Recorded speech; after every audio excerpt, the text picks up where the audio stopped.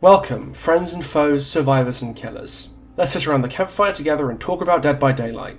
Specifically, Rin Yamaoka, better known as the Spirit.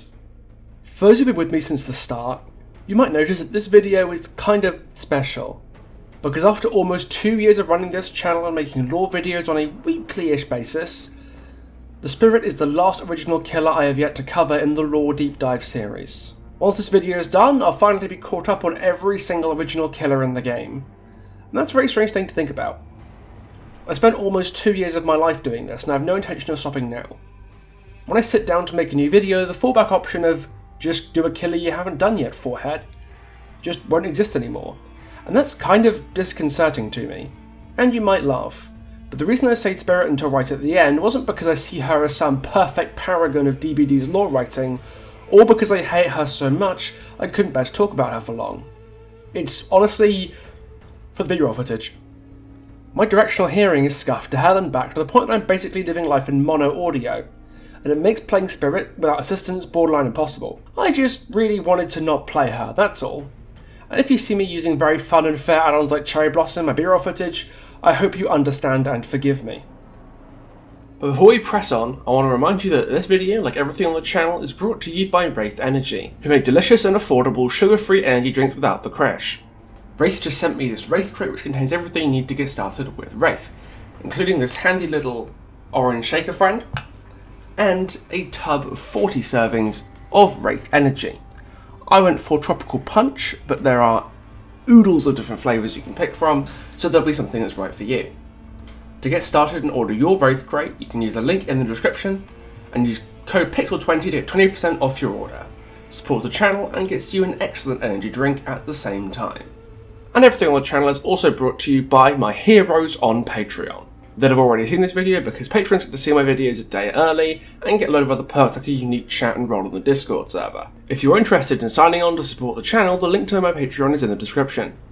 Let's start out by giving a brief overview of Rin's lore so we're all on the same page for later. Rin Yamaoka's story is fairly simple, and mostly follows her father's endeavours as a salaryman in Japan trying to make ends meet and care for his family. They were a former noble family, samurai who had fallen on hard times, and when Rin's mother fell sick, Rin took a part-time job at a restaurant to help her father pay the bills while she studied.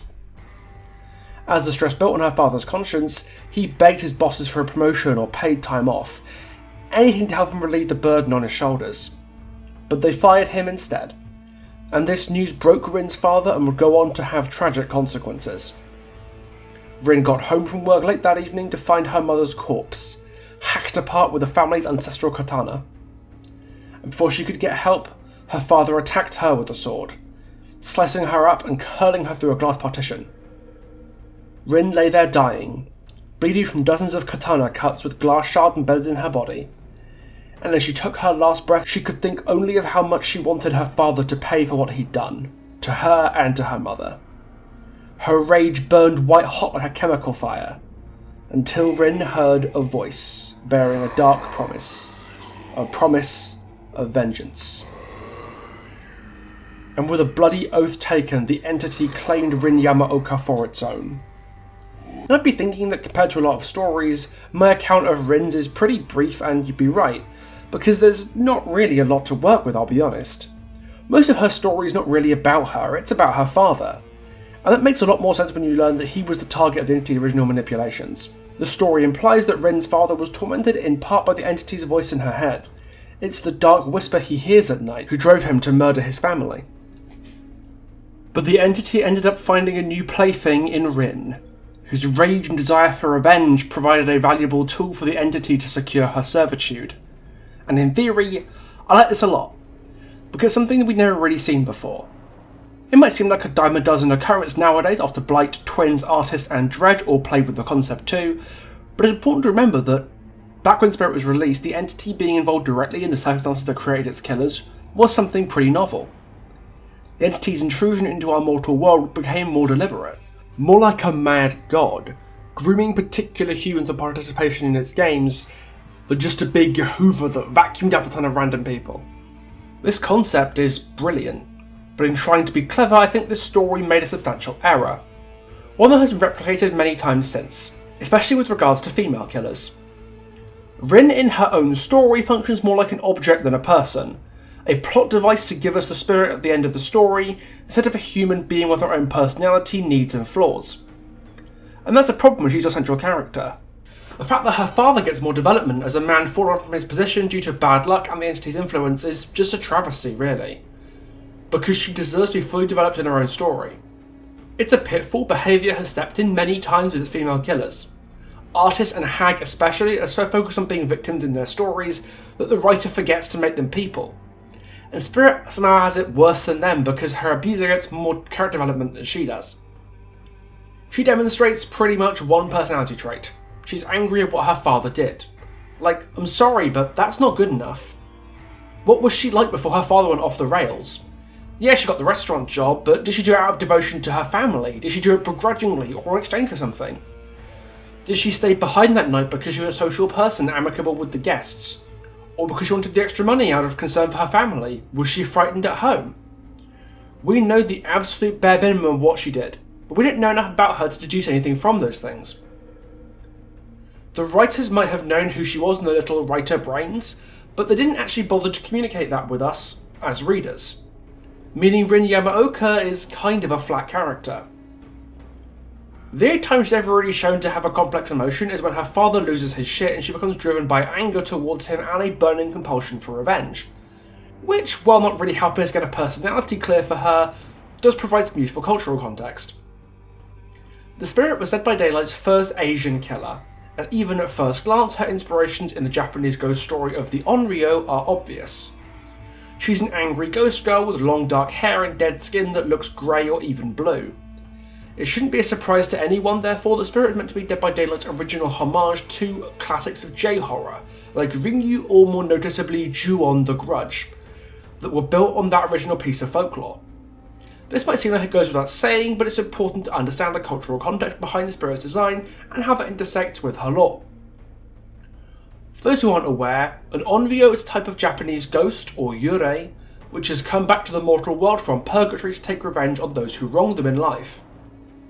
Typically, but not always, Onryo are female, and since Ringyu and Ju-on introduced J-horror to Western audiences in the 90s, the image of a pale, vengeful, ghostly woman has endured as possibly the most recognisable symbol of Japanese horror. Rin Yamaoka is clearly a continuation of, and homage to, that trend. While Sadako Yamamura is probably the best known Onryo in fiction, the Spirit draws a lot more from Kayako Sayaki, the main antagonist of the Ju-on film series better known as The Grudge. Kayako, similarly to Rin, was the victim of a normal Japanese salaryman and her family turning on her. But unlike Rin, Kayako's killer was her husband Takeo, who killed her and their son Toshio after suspecting she was having an affair.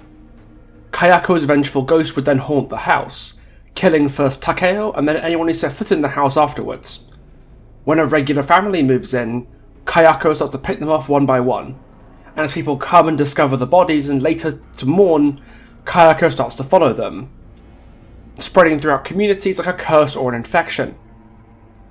While Rin doesn't have that kind of impact as far as we see, it is hinted at with the flavor text of Hex Haunted Grounds, suggesting that her ghost is somewhat territorial, and that to intrude upon her place of death is to invite doom onto yourself, much like in The Grudge. Hell, hitting someone with the post-phase lunge is even called Grudge in the hit score event. Like, how obvious do you need to be? This, I think, is the most interesting part of the Spirit's base story. It gives her some excellent cultural context that resonates with what a lot of horror fans already know about Japan, but in doing so, masks the fact the rest of her story is kind of lacking, and doesn't build her up as a character properly, just as a victim. Normally a character would have to wait until they got a tome to expand upon lacking characterization, but luckily Rin wouldn't have to wait that long, because she had the unique honour of being the first killer to get, effectively, a sequel chapter. Cursed Legacy brought us Kazan Yamaoka, the Oni, and what his story told us about the Yamaokas as a family offered a really interesting new perspective on Rin. While Rin's story was a catalogue of abuse from the perspective of a victim whose rage transformed her into a vengeful Onryo, Kazan's was the tale of a violent abuser whose pride caused him to give in to his rage for his entire life, and allowed it to take everything from him. His family, his reputation, even his life. I've long said that Rin's story is made better simply by the existence of Kazan, and I stand by it for a few reasons. For one, the financial ruin that the Rin's family are stuck in the present day kinda proves Kazan's point when he claimed that what a samurai was being degraded by social mobility at the time, and how allowing this to happen would lead his family to ruin. With the irony being that by killing his father Renjiro and leaving his son Akito without a father, Kazan probably did more damage to his family's legacy than he could ever have done to try and salvage it. In many ways, he not only predicted the disaster that would befall Rin, but was also responsible for it.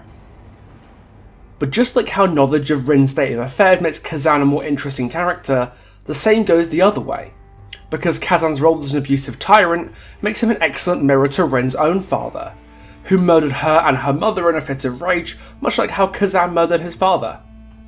Similarly to Kazan, Rin's father took stock in his family's perceived elite privilege by sending Rin to a prestigious but expensive university, and when the consequences of that pride hit him, his reaction was violent and murderous. By having Rin lash out at her father, she represents a break in the cycle, a reprisal against that patriarchal pride and the perpetuity of abuse that such pride allows to cultivate. She represents everything Kazan would have hated. A young woman content with a simple life, who refuses to simply lie down and die when a man who should be her elder and superior abuses his power. It's a really satisfying role to put her in, repurposing the rage of Kazan Yamaoka, not as a tool of wanton destruction or austere superiority, but a tool of vengeance.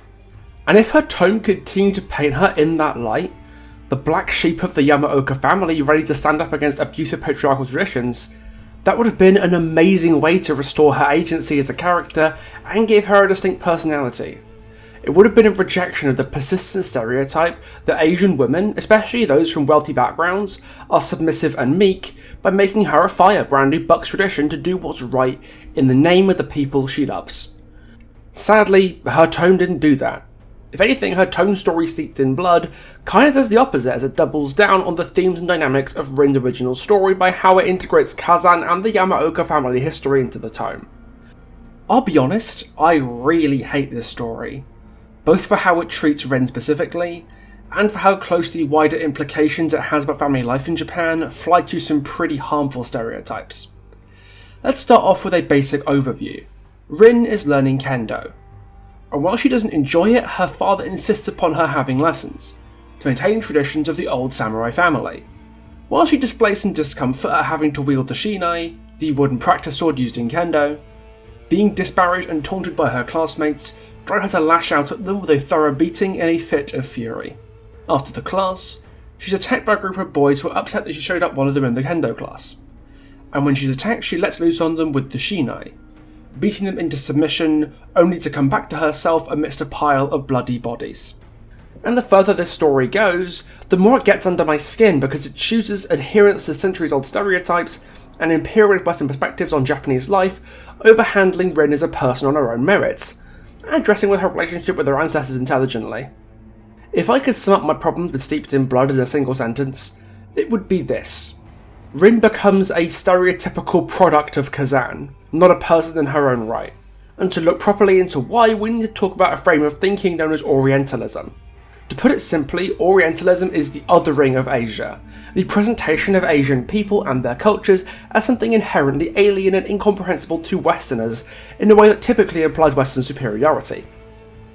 This is a perception that's been around in popular culture since the end of Japan's Age of Isolation, and it's something that's been baked deep into our perceptions of these countries. When Cultures Collide by Richard D. Lewis provides an excellent case study into how Western writers especially often view Japan. Written in 1982, this travel guide exhibits a lot of the stereotypes about Japanese people and society that persist in media today. The key examples relevant to the Spirit's tome are the following. Japanese children are encouraged to be completely dependent and keep a sense of interdependence throughout their lives. Everything is placed in context in Japan. Japanese are constrained by their thought processes and their language very different from any other. As we all know, Japanese do not like to lose face. Before I dissect the Spirit's tone through the lens of these Orientalist principles, I want to get across the idea that these are wrong. They are stereotypes based on prejudices of Japan and the East as backwards, rigid, and obsessed with tradition and ancestry, to set it apart from good and normal Western traits like rationality, progressivism, and flexibility. They aren't true. But Steeped in Blood seems to forget that. Let's look at the start, for example. Rin doesn't like the idea of wielding a weapon, but takes the kendo classes anyway because her father wants her to, and she apparently believes that family is everything. Right there is where it all starts getting a little bit sketchy, because while I do buy Rin's father being obsessed with the family's image and noble heritage based on what we already know about the character and his thoughts on his own social status, Rin agreeing with his principles and unquestioningly following his instructions, even though she clearly doesn't want to, leaves a lot to unpack. Let's look back at the Orientalism checklist for a second. It's right there in black and white. What Rin wants is barely even considered because she's totally dependent on her father's approval. And it's extra nasty because this stereotype is particularly bad for Asian women who are typically portrayed as submissive and meek, a stereotype that still hurts a lot of Asian women today. Let's keep going and check out a later bit, when Rin is in the kendo class and feels dismayed, only to have the rage in her blood take over and allow her to beat her classmate in the sparring bout when he insults her and her family. What happens in this scene effectively is Rin has the agency taken from her at the slightest provocation, more or less becoming somebody else for a little bit, as she goes from a hesitant and slightly timid student into a combative and aggressive warrior. And the reason we're given for that isn't any particular character trait, it's her ancestry. Like, come on, you can't do better than that? Rin's anger takes over because her ancestors were angry. If you can't see why this is horribly stereotypical, think of how weird it would be for a Western character to act like this. Imagine if Kate's story had her hating country music, and instead be a competent astrophysicist, until she heard the roar of a pickup truck engine, and suddenly broke out the guitar and cowboy hat like some weird Dolly Parton themed werewolf. If this was her father, I'd kind of get it, because there's an actual social reason for him to be angry and prideful that the story could comment on. It would be in character for him. But Rin isn't displayed to be that kind of person normally. In fact, she's quite the opposite. And there's another item on our Orientalism checklist. Everything must be placed in context. It's not enough for Rin to be her own person, she has to carry the baggage of her whole family, not out of a genuine attempt at social commentary, but just because she has to, because she's Asian, and aren't they all just weird like that? Now, don't worry guys, we're not done yet, because there's still the big fight scene to cover, when Rin's classmates ambush her in the side streets, because, as we all know, the Japanese do not like to lose face. And Rin hates losing face too, because what does she think to herself when she's being cornered? Why hide? You are better than these peasants. Stand and show them who you are. We don't get to know how Rin Yamaoka herself would react in this situation, because the first response that we get is defaulting to that pride again, that pride that isn't hers. The only reason we're given for this reaction is because her ancestors had that pride, and she inherited it because Asian people are so special and mystical and just do that in a way that us normals here in the West don't. There's no social reason, there's no personal reason, it's just the way it is because her ancestors were like it. I think there is a valid reading of this ancestral rage as a metaphor for generational trauma, and that noble pride is being passed down to Rin unconsciously, which is why it's so noticeably out of character for her to be showcasing it. And if you view it like that, it makes the presentation of Rin's ancestral rage much more understandable. This was probably the intention of the writers. But if that's what they were going for, I think the metaphor needs some serious work. Because Rin's actual relationship with her own parents, the generation that should be passing that down to her, needs to be explored in more detail. The only mention of her parents is right at the start when Rin's taking her kendo lessons, but that just isn't enough. We need to look more at what Rin wants and why that's in conflict with what her parents want for her. And while this story has a generational relationship that's ripe to be explored, it just doesn't do it. Preferring to draw on our ancestors born generations ago, than look at Rin's own family she has right here and now. People she talks to and engages with on a daily basis. People who've shaped her to be the person she is today. That is the focus of generational trauma story, and this just isn't it. But the most damning part for me is the language of Rin's internal monologue, because it's so incredibly insincere. I can't tell if this is just a behaviour moment because they've struggled with internal monologues a lot in the past, and this is a pretty old story, or whether this is the result of more stereotypical writing, but holy shit, it doesn't read well either way. For instance, she imagines herself beside the great Renjiro Yamaoka and his son Kazan. Something tugs in her heart and the dragon stirs. And the dragon, she realises, is the waking of her raging Yamaoka blood. I'm sorry, but real people don't think like this. Don't express themselves in their minds like they're trying to write an epic poem. And that's the next bit of our little Orientalism checklist. Japanese are constrained by their thought process in a language very different from any other. If you think they would have written a Western character like this, you're kidding yourself. Even in isolation of the racial issues surrounding Orientalist writing, this wouldn't be good because the story struggles to present Rin as a real person. Just a product of her ancestry with no agency or personality of her own. At least, nothing that reads like a real, living human being that exists in the same world as us. And that's the exact same problem that her base lore had, sidelining who she is in favour of telling us what her family's like, and framing her as nothing more than a consequence of that family. The story tries to frame Rin as the logical conclusion of Kazan's ancestral rage. He cursed his bloodline with his fury, but that doesn't really make a lot of sense if Rin is meant to be the product. Kazan's rage was born from pride, from his obsession with honour and family that Rin doesn't share. She loves her family for who they are, not because of some delusion of superiority born from status like Kazan did. There is an inherent problem with a Japanese character being obsessed with family and honour, so long as the story actively notices that that's unusual and has harmful consequences, just like it would in the West. And that's exactly how Kazan and Rin's father are both framed. They're both deeply prideful people, with egos and expectations of the world to bend to their status that cause their families to collapse.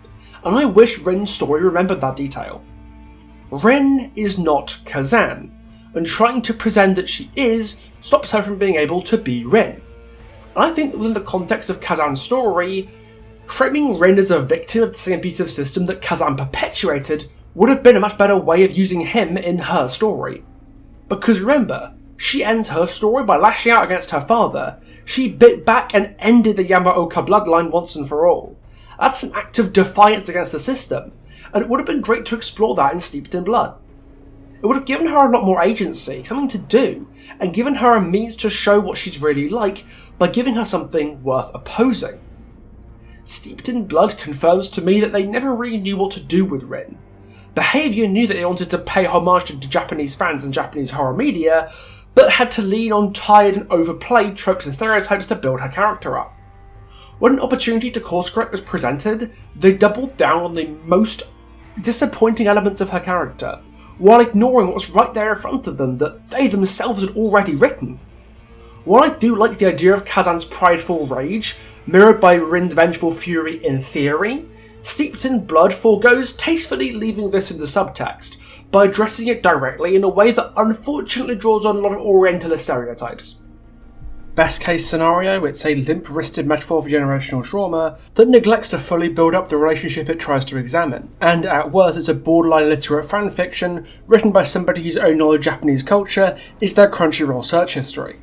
I wish I hadn't saved Spirit this late in the running, because it makes me kinda sad that I have to end the original Killer covering on such a bitter note. The Spirit's lore has a lot of problems that we've seen in the stories of other characters throughout Behavior's history. She lacks agency in her own story. The messaging of her relationship with her other characters is incredibly messy, and she's thematically all over the place.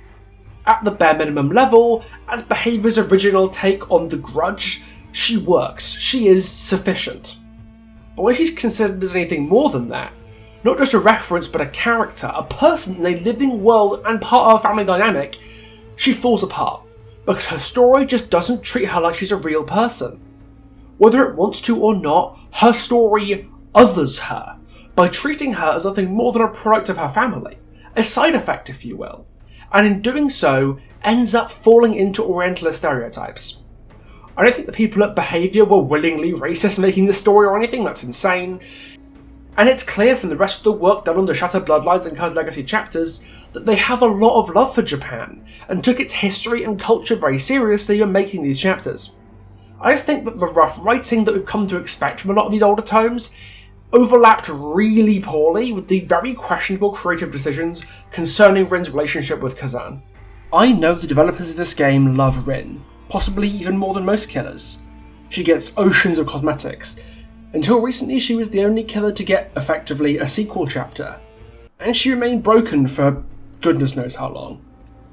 I just wish that love and care extended to her story, because frankly, she deserves so much better.